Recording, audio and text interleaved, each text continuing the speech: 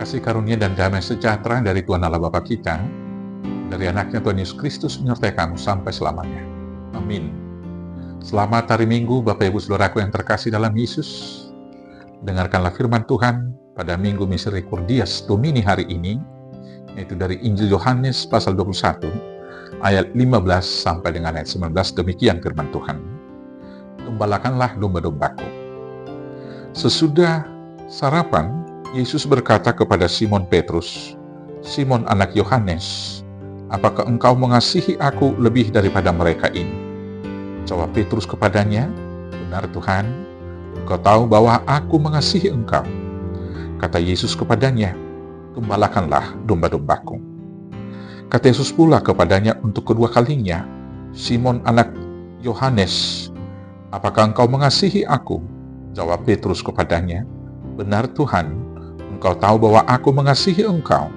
Kata Yesus kepadanya, "Gembalakanlah domba-dombaku." Kata Yesus kepadanya untuk ketiga kalinya, "Simon anak Yohanes, apakah engkau mengasihi aku?" Maka sedih hati Petrus, karena Yesus berkata untuk ketiga kalinya, "Apakah engkau mengasihi aku?"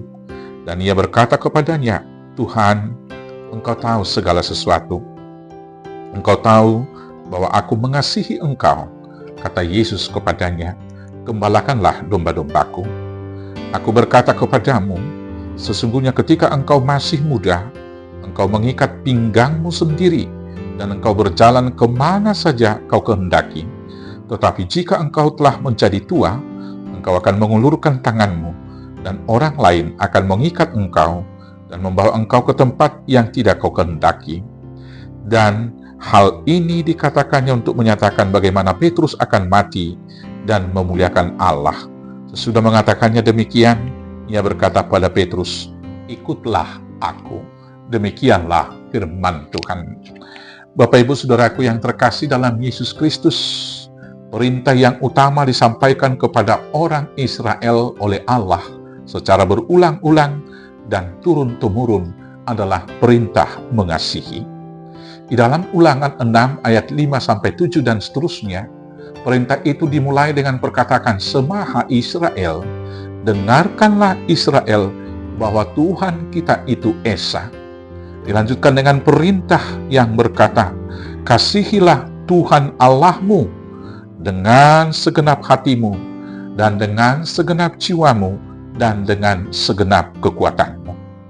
Perintah mengasihi ini kemudian diulang dan ditegaskan kembali oleh Yesus ketika menjawab pertanyaan seorang Farisi yang bertanya, "Guru, menurut kamu, maka manakah hukum yang terutama dari hukum Taurat tersebut?" Maka Tuhan Yesus menjawabnya di dalam Matius 22 ayat 34 sampai dengan 38 dengan berkata, "Kasihilah Tuhan Allahmu dengan segenap hatimu, dan dengan segenap jiwamu, dan dengan segenap akal budimu." Dan sama harganya, hukum yang kedua sama harganya dengan itu, ialah kasihilah sesamamu seperti dirimu sendiri. Dan itu kemudian ditegaskan Tuhan Yesus dengan berkata di ayat 40 dengan berkata, "Pada kedua hukum inilah tergantung seluruh hukum Taurat dan kitab para nabi." Kasih adalah kesimpulan dari seluruh isi hukum Taurat dan kitab-kitab para nabi. Lebih jauh dan lebih dalam lagi, di dalam 1 Yohanes 4 ayat 8, firman Tuhan berkata demikian, "Barang siapa tidak mengasihi, ia tidak mengenal Allah, sebab Allah adalah kasih." 1 Yohanes 4 ayat 8. Kasih Tuhan itu nyata dan memenuhi bumi, seperti nama minggu kita hari ini, Misericordias Domini, yang berarti bumi penuh dengan kasih setia Tuhan, Mazmur 33 ayat 5b. Kasih Tuhan itu nyata pertama sekali dalam ciptaannya, dari seluruh alam raya dan seluruh isinya. Kasih Allah itu kemudian disempurnakan dan dinyatakan di dalam diri Yesus Kristus. Sebagaimana firman yang berkata di dalam Yohanes 3:16 demikian, Karena begitu besar kasih Allah akan dunia ini, sehingga Dia telah memberikan anaknya yang tunggal, supaya setiap orang yang percaya kepadanya tidak binasa, melainkan beroleh hidup yang kekal. Kasih Tuhan Yesus nyata dan diwujudkan dengan tuntas di dalam kematian dan kebangkitannya. Dan kasih itu kemudian disempurnakan ketika dia naik ke surga dan kemudian menyediakan tempat bagi setiap orang yang percaya. Begitulah Tuhan yang adalah kasih itu menyempurnakan dan juga menggenapi semua cinta kasih di dalam pengorbanan kasih yang agung. Pertanyaan bagi kita sekarang ini, apakah kita mengasihi Yesus dengan sungguh-sungguh? Untuk menjawabnya, marilah kita belajar dari dialog Tuhan Yesus dengan Simon Petrus.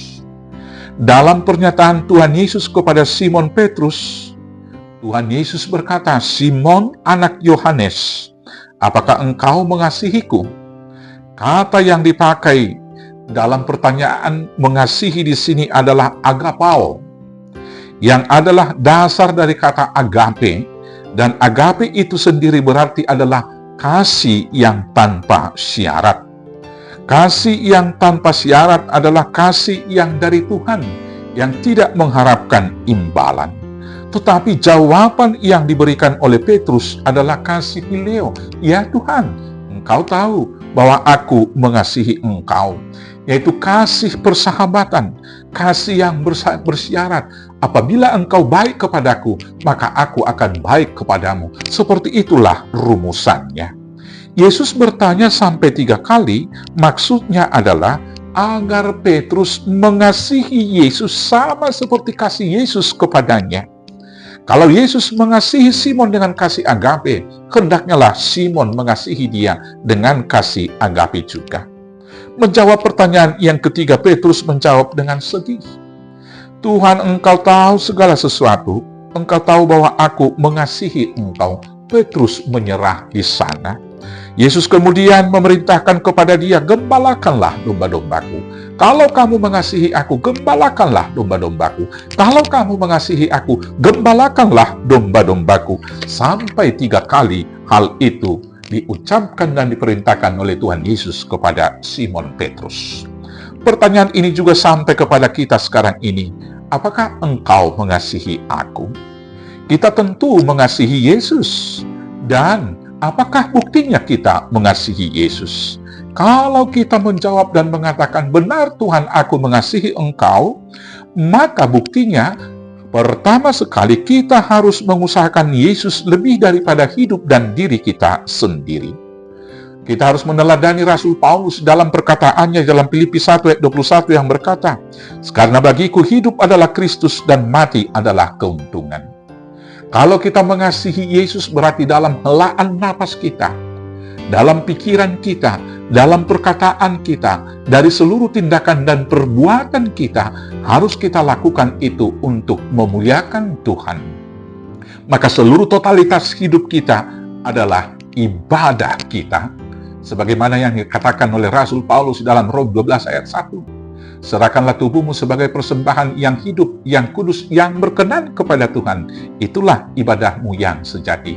Mengorbankan, menyerahkan hidup kita ini menjadi kemuliaan bagi nama Tuhan adalah salah satu bukti cinta kasih kita kepada Tuhan. Dan kemudian karena kita sudah hidup di dalam Kristus, maka kita tidak lagi terlalu takut dengan kematian dan hanya sibuk membahas dan memikirkan kematian. Dan bila pada akhirnya juga kita mati, kita harus mati di dalam Kristus. Bukti cinta kasih kita kepada Tuhan yang berikut ialah berarti kita harus mengutamakan Yesus daripada keluarga kita. Tuhan Yesus berkata di dalam Matius 10 ayat 37 demikian, "Barang siapa mengasihi bapa atau ibunya lebih daripadaku, ia tidak layak bagiku. Dan barang siapa mengasihi anaknya laki-laki atau perempuan lebih daripadaku, ia tidak layak bagiku."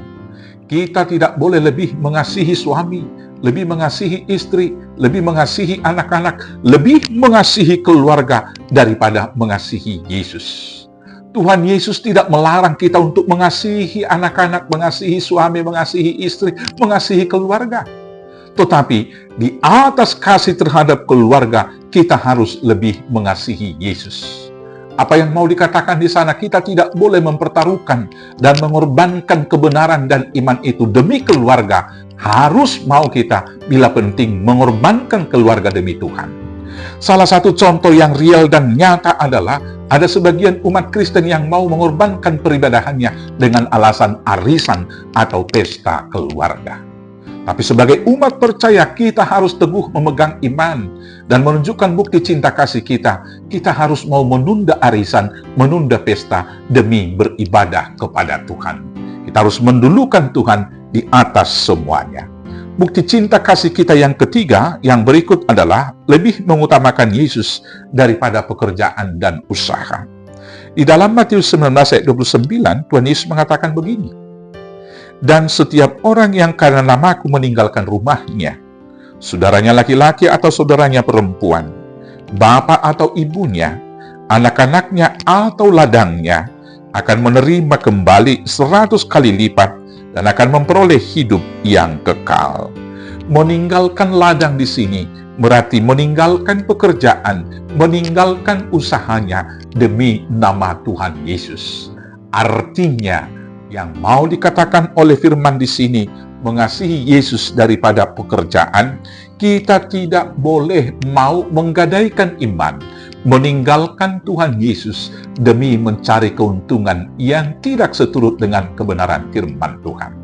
Apalagi mau menggadaikan iman demi sebuah jabatan dan demi sebuah promosi untuk tingkat yang lebih tinggi, maka kita mau meninggalkan Tuhan dan bergeser dari iman mula-mula. Atau seperti yang dipertontonkan oleh sebagian daripada selebritas, untuk meningkatkan popularitasnya dia mau berpindah-pindah agama, kita tidak tahu apa motivasinya. Maka sebagai pengikut Yesus, kita harus lebih mengutamakan Tuhan daripada harta, jabatan, dan juga nama yang tenar daripada kita. Bapak Ibu Saudaraku yang terkasih dalam Yesus Kristus, yang keempat kemudian mengikut kehendak Tuhan. Dalam mengasihi Tuhan, kita harus senantiasa melandaskan semua pikiran, tindakan, dan perbuatan di atas dasar firman Tuhan. Bahkan ketika kita harus mati, kita harus memuliakan Tuhan. Sama seperti Petrus, Tuhan Yesus sudah menyuarakan dan menubuatkan kematiannya, bahwa pada akhirnya dia tidak akan berdaya, akan diseret oleh orang lain, dan kemudian akan disalibkan. Akhirnya Petrus mati dan disalibkan terbalik, yaitu kepalanya ke bawah dan kakinya ke atas, karena dia berkata, "Saya tidak pantas disalibkan seperti Tuhan Yesus, seperti Tuhanku." Bapak Ibu Saudaraku yang terkasih dalam Yesus, kalau kita mengasihi Yesus, mari kita lebih mengutamakan Dia. Dan bukti nyata, mari kita menggembalakan domba-domba Allah.